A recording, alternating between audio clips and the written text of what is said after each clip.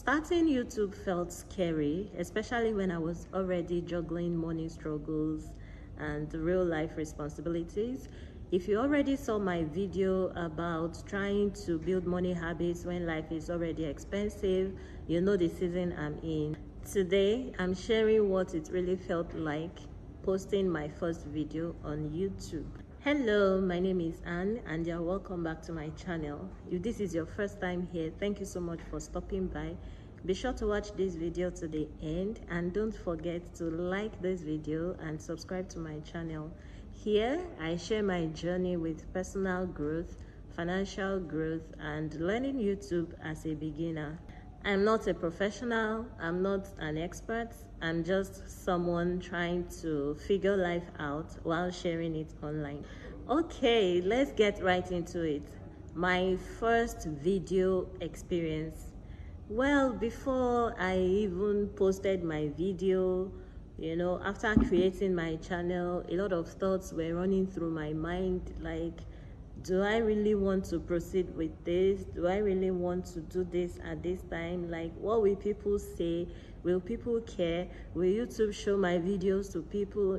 Several thoughts were just running through my mind. So when I finally decided to post my first video, I told myself that I wasn't going to show my face. So I put in so much effort into putting my video together on Canva. In fact, that was my very first attempt at using Canva, and I was so proud of myself that I was able to come up with something like that. I had a little challenge. I think I've mentioned this before in one of my videos. My very first video that you see on my channel, like my oldest video, was meant to be a YouTube short. So as at that time, I couldn't differentiate between a long form video and a short video. Well, eventually I was able to put something together and I was able to post it on YouTube. That very step that I took, the very first step of posting that first video, gave me a lot of encouragement. Well, at that time, I didn't really care much because there was no voiceover in it. My face wasn't showing, so the thoughts weren't that much. So as time went on, I decided to overcome shyness and show my face because I'm a naturally shy person. So at that point, then a lot of thoughts like, what will people say? Will anybody watch my video? And thoughts like that just kept coming to me, but then I went ahead and did what I had to do. I remembered how I talked about my money habits last week. That video was honest and real, and it was like me stepping out of my comfort zone.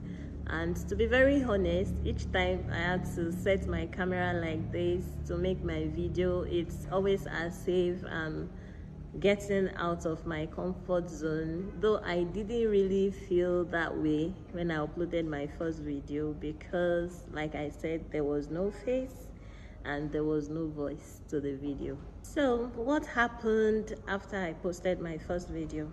Well, I quickly shared the link with my siblings. I was like, oh, I've started my YouTube channel, and they encouraged me the more. I actually did not think that anyone would watch my video, but then I was surprised. Like within the first 24 hours, I got like 17 to 18 views. That meant so much to me. The most interesting feeling I got, the most satisfying feeling I got after posting my first video was I was so proud of myself that I had started. Just like in my money habits video, where I realized that surviving and supporting my family was already a win. So posting my first video or showing my face here showed me that starting even imperfectly is already progress. So you may want to ask, what lessons did I learn from posting my first video? Well, whether you're posting a faceless video or you are showing your face on the camera for the first time, you will overthink it. Thoughts like, will anybody watch my video? Will people care? What will people say? And all of that. It's perfectly normal for you to have such feelings. Lesson number 2 that I learned is that starting imperfectly is better than waiting for perfect. Like I said in one of my videos, there is no perfect time for anything. If you keep postponing, if you keep procrastinating that, oh, I'll create my channel tomorrow, or I'll start this money habit tomorrow, or I'll start budgeting tomorrow, or I'll start tracking my expenses tomorrow, you may never start. And if you ask me, the perfect and the right time to act is now. The third lesson I learned is that progress is measured by action and not by views or subscribers. If I never started, I can't be talking about views today, and I can't be talking about subscribers. So for me, the starting point was publishing a video. If I hadn't taken the first step, I wouldn't have had anything to build on. Lesson number 4 that I've learned is that sharing your real self builds confidence, it builds connection.